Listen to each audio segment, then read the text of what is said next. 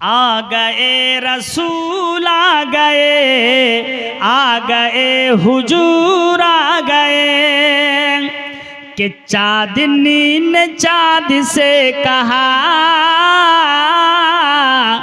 आ गए रसूल आ गए हुजूर आ गए कि झूम गाओ बोलो मरहबा आ गए रसूल आ गए हुजूर आ गए। আমি তিনজনের নাম পেলাম, তিনজন মা। নবী যেভাবে জন্ম হয়েছে পৃথিবীতে কেউ নবীর মতো করে জন্ম হয়নি। আচ্ছা বলেন তো, আমার মা থেকে আপনার মা বেশি বলতে পারবে আমি কোন দিনে হয়েছিলাম, কেমন হয়েছিলাম? আমার মা বেশি বলতে পারবে না? তাহলে বলেন নবীর মায়ের কথা লিব না আপনার মায়ের কথা লিব? জোর করে বলেন কার মায়ের কথা লিব? নবীর মা। নবীর মায়ের নাম কি? হাজরাতে আমিনা। হাজরাত কথা লাগাতে হবে, সাধারণ মা ছিল না। নবীর মাকে দেখে ফারিস্তারা পর্দা করত, মা ফাতেমাকে দেখে ফারিস্তারা পর্দা করতেন। হ্যাঁ, এগুলো হচ্ছে ইম্পর্টেন্ট মা, জান্নাতি রমণী। শুনেন, তাহলে নবী আসলো কেমন করে? প্রশ্ন জাগবে, মৌলানা নবী আসলো কোন জায়গা থেকে? মায়ের কোনটা অঙ্গ পতঙ্গ দিয়ে? আমি আর দ্বিতীয়বার ইউজ করব না এই ভাষাটা। মায়ের কাছ থেকে কোন ভাবে আসলো? মায়ের শরীর থেকে কেমন করে আসলো? এই হাদিসটা লেখা আছে দালাইলুন নবুয়াতে পড়েছি, সিরাতে ইবনে ইসহাক পিওর আরবি ভাষাতে পড়েছি।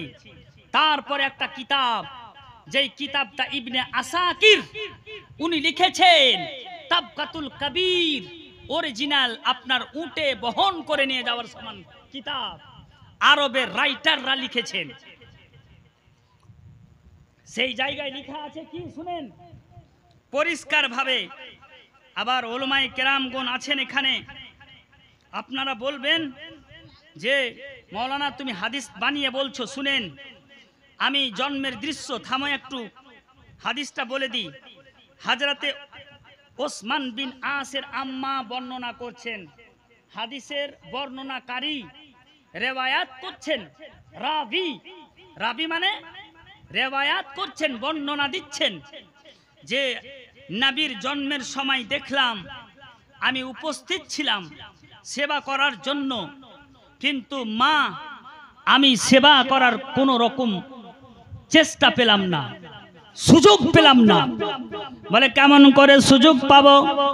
নবীর আম্মা বলতেছেন কত সুন্দর ভাবে যে লাম্মা ফাসালো মিন্নি খারাজা মা আহু নূরুন আদা আলাহু বাইনাল মাশরিকে ইলাল মাগরিব। প্যার সে বলো সুবহানাল্লাহ।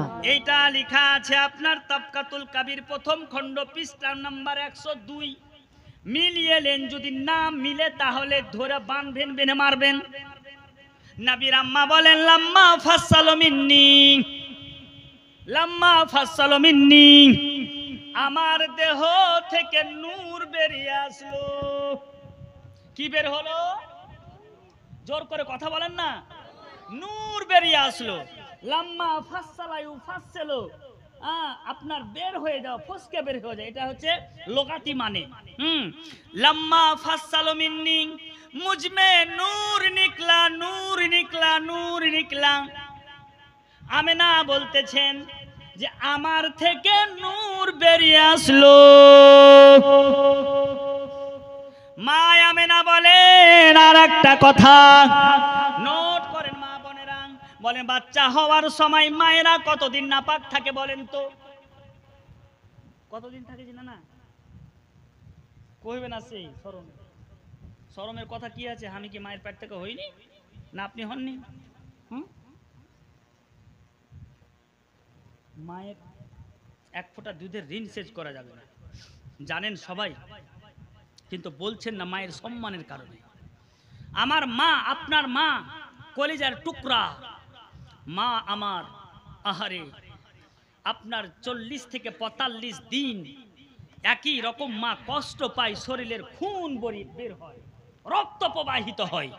মা কমজোর হয় না? বলেন, খুন বের হলে কমজোর হয় না? মাকে বিভিন্ন হেমফার, আপনার চেরি সিরাপ, আপনার হিমোগ্লোবিন ট্যাবলেট, আয়রন সিরাপ খিলিয়ে মায়ের শক্তিকে বাড়াতে হয়। আমেনার আম্মা কি নবীর আম্মা কি বলতেছেন শুনেন, এটা শুনবেন কি? আমেনার আম্মা কি বলছেন তাহলে অবশ্যই শোনাবো। একটা বাপ বলেন তো 5 কেজি খেজুর দিব, এটা হাদিস শোনার কারণে, নবীর হাদিসটা শোনার কারণে 5 কেজি খেজুর দিব। মৌলানা সাহাব 5 কেজি খেজুর, যেই 5 কেজি খেজুরের মূল্য বর্তমানে বড় জোর 300 বা 500 টাকা হবে, বেশি হবে না। মোথাবাড়িতে নিলে একটু দামটা বেশি পড়বে, আদার্স এলাকাতে যদি আপনি নেন তাহলে ইনশাআল্লাহ সেখানে কম পড়বে। হাদিসটা তাড়াতাড়ি করে শুনিয়ে দিব আপনাকে, আপনারা জোর করে বলেন তো, ইয়া রাসূলুল্লাহ 1টা 6 বেজে গেছে, আমি সময় আর মাত্র আধ ঘন্টা নিব, পারবো তো ফজর টাইম অবধি? কারণ আমি মুখস্থ কহি না, যেটি পড়েছি ওটি বাড়াইছে গল গল করে। হ্যাঁ, নবীর আম্মা কি বলছেন? একটা ভাই বলেন তো যে 500 টাকা দিব, খালি একটা ভাই 500 টাকা। এই যে নারায়ে তাকবীর, আল্লাহু আকবার, নারায়ে রিসালাত, ইয়া রাসূলুল্লাহ, নারায়ে হায়দারি, ইয়া আলী। তাহলে উনি বলে দিলেন 500 টাকা লিখেন। তার জন্য এই হাদিসটা বর্ণনা করব। নবীর আম্মা বলতেছেন কি, যে আমার রাসূলে আরবি, আমার বেটা যখন দুনিয়ার বুকে আসলেন, তো লাম্মা ফাসসাল মিন্নি, আমার থেকে নূর বেরিয়ে গেল, আর আমার শরীর কোনোভাবেই নাপাক হলো না, আমি একটু সময়ের জন্য নাপাক হইনি।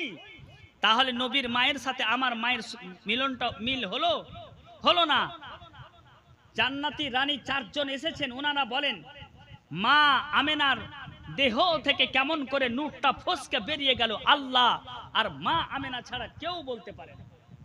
বলে সেই সময় মা আমেনা একটু হালকা ঘুমের ভার এসেছে, আবার হঠাৎ করে দেখতে পেল নবী আমার মায়ের কোলের পাশে ডান দিকে, আল্লাহ আল্লাহ, বাম হাতকে মাটির সাথে খেমচে ধরে আকাশের দিকে হাত তুলে বলছে, রাব্বি হাবলি উম্মাতি, রাব্বি হাবলি উম্মাতি, রাব্বি হাবলি উম্মাতি, রাব্বি হাবলি উম্মাতি।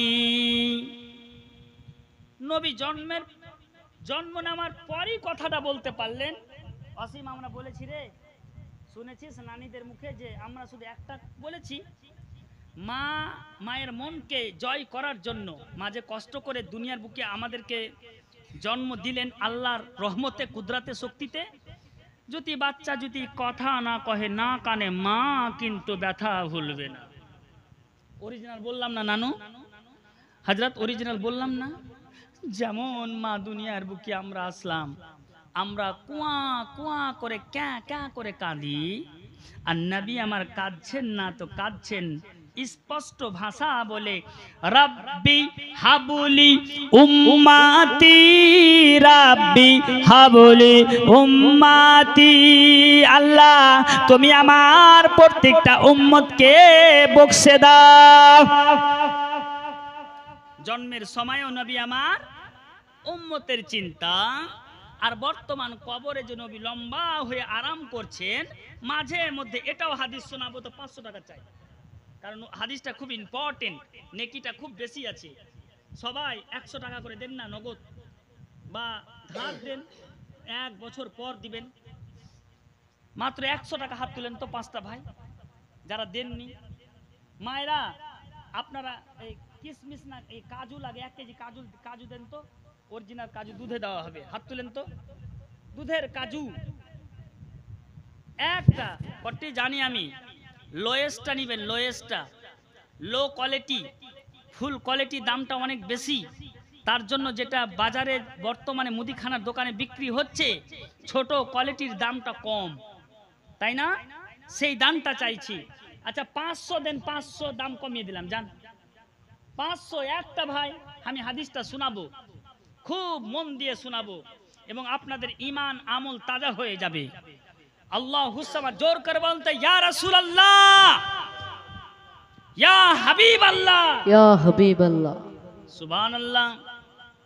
আপনার একজন বলেন না গো যে আমি একজন জালসার পরে খিচুড়ি খেয়ে যাবেন, ফাতেহা হবে কিন্তু।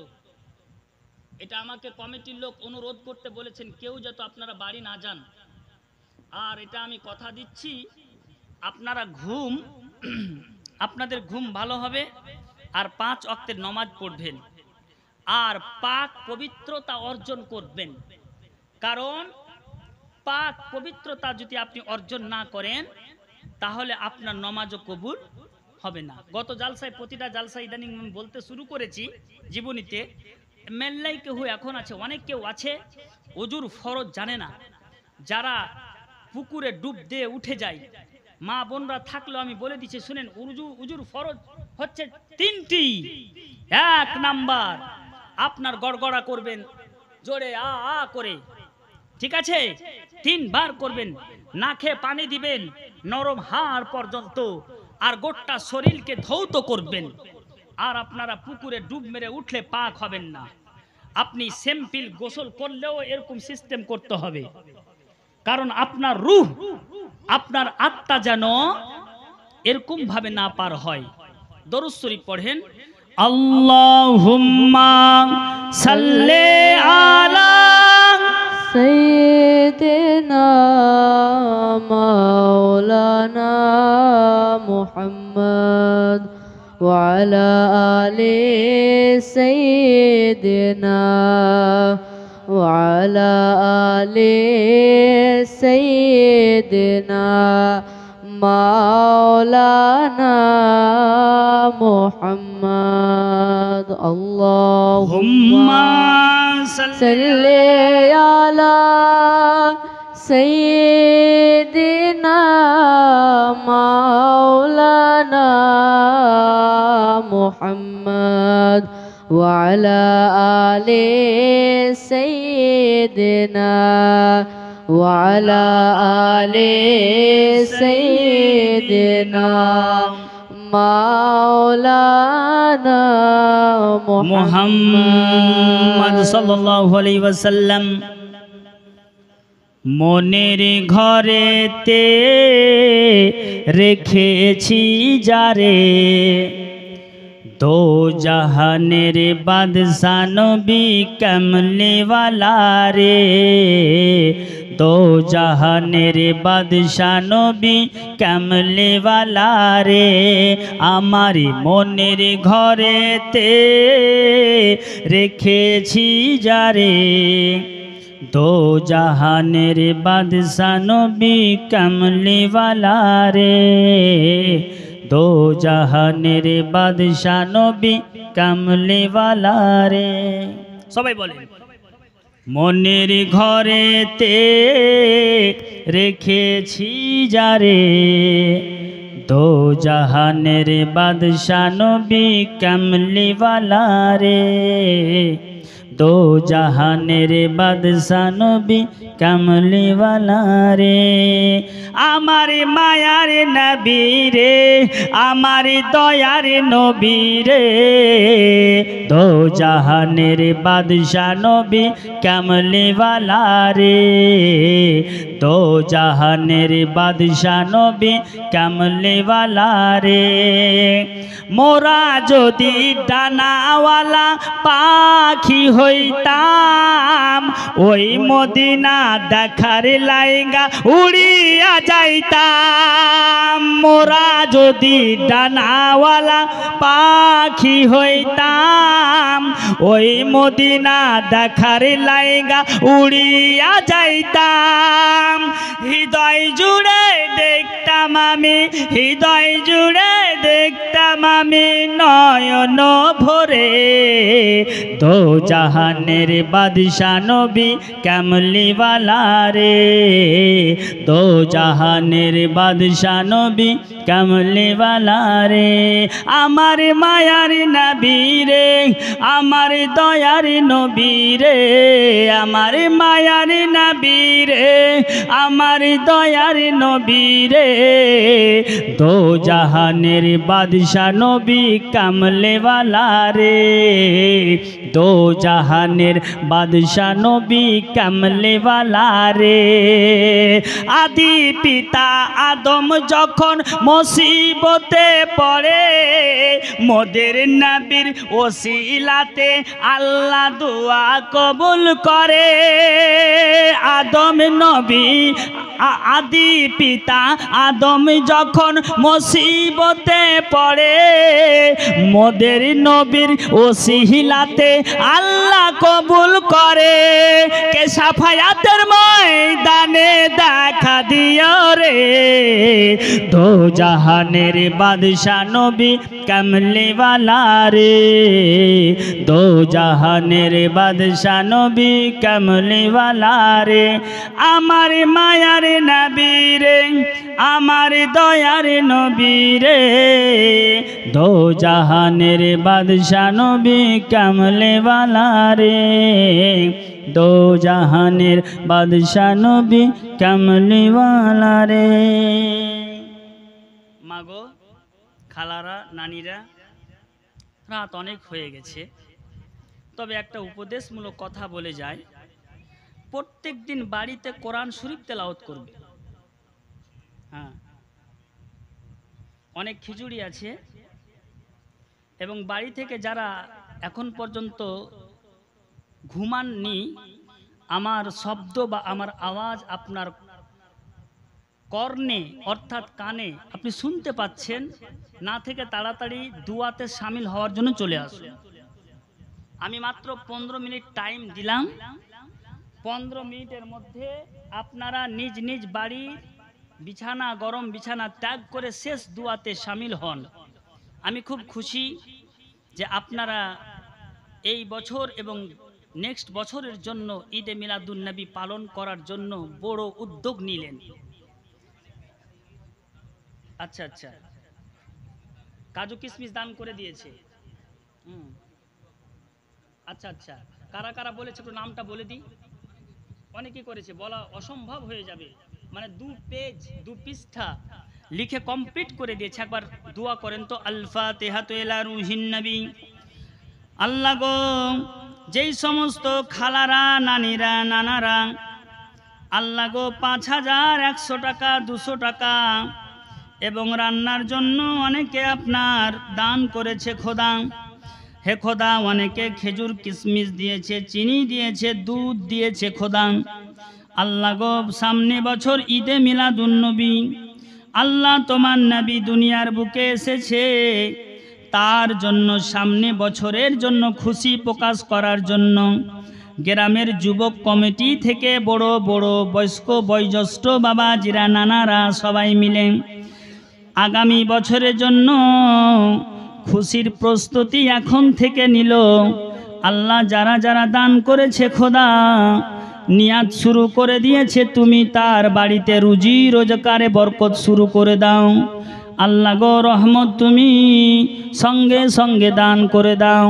আল্লাহ আজ থেকে এই রাত্রি থেকে প্রত্যেকটা বাড়িতে আল্লাহ তুমি রুজি রোজগারে বরকত দাও, আপদ বিপদ থেকে তুমি মুক্ত করে দাও। আমিন ও আমিন। আল্লাহ ও গো রব্বুল আলামিন, মোদের দোয়া কবুল করো, তুমি গফুরুর রহিম। বাবাজি ভাইরা, আল্লাহর নবী যখন দুনিয়ার বুকে চলে আসলেন, আল্লাহ বলতে লাগলো, জিবরাইল একটু শুনো শুনো শুনো। বলতে লাগলো আল্লাহকে, ও আল্লাহ কি বলতেছেন? আমি আমার মাহবুবকে পাঠালাম। তো তুমি সঙ্গে সঙ্গে 3টা ঝান্ডা নিয়ে যাও। এই ঝান্ডার ব্যাপারে একজন বলেছিলেন, মৌলানা ঝান্ডার কথা আছে কিনা? হ্যাঁ আছে বাপ, হ্যাঁ নানাজি লেখা আছে, কিন্তু আমরা পড়তে পারি না, তার জন্য একটা কিতাবের নাম বলি নুজহাতুল মাজালিস, তারপরে আপনার তাবকাতুল কাবির পৃষ্ঠা নাম্বার 108, তার মধ্যে লেখা আছে জিবরাইল আমিন এসে নবীর জন্মে যেই জায়গায় হয় সেই জায়গায় একটা বড় ঝান্ডা লাগিয়ে দিল, একটা ঝান্ডা কাবা ঘরে লাগিয়ে দিল, একটা ঝান্ডা লাগিয়ে দিল বাইতুল মুকাদ্দাসে। দলে দলে নবীজিকে দেখতে আসে বাপ, দেখতে আসে। মা আমেনা বলতেছেন দুনিয়ার কোনো লোক দেখতে পাবে না, পাড়া প্রতিবেশী যেমন কোনো বাচ্চা হলে সঙ্গে সঙ্গে গ্রামের লোকেরা ছুটে যায় নবীকে দেখতে যাওয়ার জন্য। গ্রামের লোক ছুটে আসেনি, আব্দুল মুত্তালিব জোর করে আসলো, বুঝতে পারলো কাবা ঘরটা ঝুঁকে যাচ্ছে, বুঝতে পারলো বড় পণ্ডিত লোক ব্যক্তি ছিলেন। এই জন্য বাবাজি ভাইরা আব্দুল মুত্তালিব বলতে লাগলো আমার বাড়িতে আব্দুল্লাহর ঘরে নূরের পুতুল এসেছে। দৌড় দিয়ে আব্দুল মুত্তালিব চলে গেল বৌমার ঘরের সামনে, ঠক ঠক করে আওয়াজ দিতে লাগলো, বৌমা একবার আমার পোতাকে দেখাও না, আমি নিদর্শন বুঝে গেছি কাবা ঘর ঝুঁকতে ঝুঁকতে ঝুঁকতে নবীর ঘরের দিকে যেন ঝুঁকে যাচ্ছে। সকালবেলা সুবহে সাদিকের সময় আব্দুল মুত্তালিব তাহাজ্জুদ আপনার ইতিকাফ সারার পর বাইরে বেরিয়ে দেখছে সমস্ত খেজুরের গাছগুলো আপনার নবীর ঘরের দিকে মুখ করে আছে। আবার দেখতে পেল আব্দুল মুত্তালিব আপনার একটা নক্ষত্র আল্লাহ আরশে মুআল্লা থেকে লাইট ঝুলিয়ে দিয়েছে। নবীর জন্মের আপনার প্লেস থেকে, নবীর বাড়ি থেকে 3 কিলোমিটার দূরে একটা রাহিব বাস করত, যার নাম বড় পণ্ডিত ব্যক্তি, আপনার তদানীন্তনকালের বই পড়তো, পুস্তক পড়তো। সে এসে বলতে লাগলো আব্দুল মুত্তালিব তোমার বাড়িতে কাল থেকে কি জ্বালাচ্ছ, কি জ্বালাচ্ছ বলো? বলে আমি তো কিছু জ্বালাই না, তবে বৌমাকে একবার জিজ্ঞেস করে দেখি। বলে আমেনা তুমি কি কিছু জ্বালাচ্ছ? বলে না জ্বালাই না। 3 কিলোমিটার দূর, মানে এখান থেকে মোথাবাড়ি, হ্যাঁ এখানে মোথাবাড়ি হবে না, 3 কিলোমিটার প্রায়, এর থেকে বেশি। বলে রাহিব বলতেছে শুনো, সোমবার দিনের পর থেকে রাত্রিবেলা আমি প্রতিদিন প্রদীপ জ্বালাতাম, চারাক জ্বালাতাম, কিন্তু আমাকে জ্বালাতে হয় না, কারণ বুঝতে পারছি আব্দুল্লাহ এবং আমেনার বাড়ির দিক থেকে একটা নূরের ফোকাস আসছে। সেই ফোকাসের কারণে পূর্ব পশ্চিম সব দিককে জোনাক ঝকমক করে দিচ্ছে। সুবহানাল্লাহ বলবেন না? বলে আমি তারপর থেকে আমি কোনো দিন আমি প্রদীপ জ্বালাতাম না।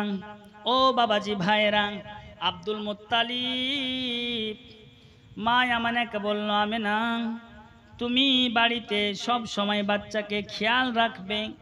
তদানীন্তনকালে একটা লো বাতাস বের হয়েছিল নবীকে সিস্টেমে রাখার জন্য, নবী আমার শহরি এলাকাতে পাঠিয়ে দেওয়ার জন্য। দাদু যেহেতু বাদশার বাদশাহ, ফিগার এত সুন্দর আব্দুল মুত্তালিবের ছিল, পাগড়ি যেমন বাঁধতো তো দেখে মনে হতো বাদশার বাদশাহ। বলে আমার পোতা মোহাম্মদ আরবি সৌদিয়া গোত্রে রাখবো। আমরা জানি বাবাজি ভাইরা এলাকার মধ্যে কোন এলাকাটা বেশি ভালো। কেউ বলে জোহরডি টোলা ভালো, কেউ বলে সুকুটোলা, পিরুটোলা, আপনার দফাদর টোলা। প্রত্যেকটা দলের মধ্যে বলে ওই গ্রামের লোকেরা খুবই চাকরিম্যান, সার্ভিসম্যান বলে একজন বিচক্ষণ লোক। নবীর এটা দরকার হতো না, তবুও আব্দুল মুত্তালিব বলল এই জায়গায় এই পরিবেশে রাখা হবে না। সঙ্গে সঙ্গে তদানীন্তনকালের একটা নিয়ম ছিল, বাপ আপনার বাচ্চা হলে নিয়ে যেত টাকা পাওয়ার জন্য। সংক্ষিপ্ত ঘটনা জীবনীতে খুব সুন্দর করে আলোচনা করি। চলে আসলো মা হালিমা নবীর দরবারে চলে আসলো। শরীরটা খুব ছিল পাতলা। আব্দুল মোত্তালিবের সামনে দাঁড়াবে কেমন করে ভয় পায়।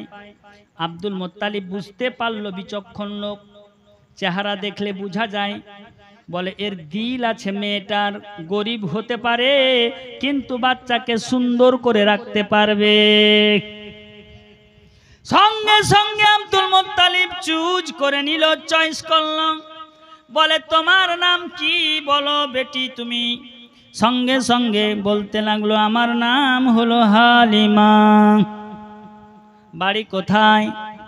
বলে সৌদিয়া গোত্রের আমি একজন রমণী, দেখতে খুব সুন্দর। বলে সবাই তো ঘুরে গেল, কেউ আমার পোতাকে নিল না, সবাই এতিম বাচ্চা মনে করে কেউ নিল না। যাও হালিমা, তুমি যদি এই বাচ্চার যত্ন নিতে পারো আমি তোমাকে এমন উপঢৌকন দিব জীবনে কোনো দিন তুমি ভুলতে পারবে না। সঙ্গে সঙ্গে এই কথা হতে না হতে নবীর ঘরে যেমন মা হালিমা ডান পা রেখেছে, নবী আমার সেই সময় মুচকি মেরে লাফিয়ে চলে আসলো আমার হালিমার কোলে। কোলে আসার পর দুধ পান করতে লাগলো, দুধ মা হয়ে গেল। সঙ্গে সঙ্গে বাড়ি চলে গেল। মিডিলে বড় ঘটনা আছে, ছেড়ে দিলাম। যেমন নবীকে নিয়ে আপনার সৌদিয়া গোত্রে পা দিয়েছে। হালিমার একটা খেজুরের গাছ ছিল, খুব গরিব মেয়ে ছিল। হালিমার স্বামীর নাম ছিল হারিস। হারিস খুব চেষ্টা করত, ব্যাপার কি কুলাই না কেন, এত খাটছি কুলাই না। বাচ্চা আছে সীমা, আরো আছে অনেক ছোট ছোট বাচ্চারা, ওদের খাবার জোগাড় করতে পারে না।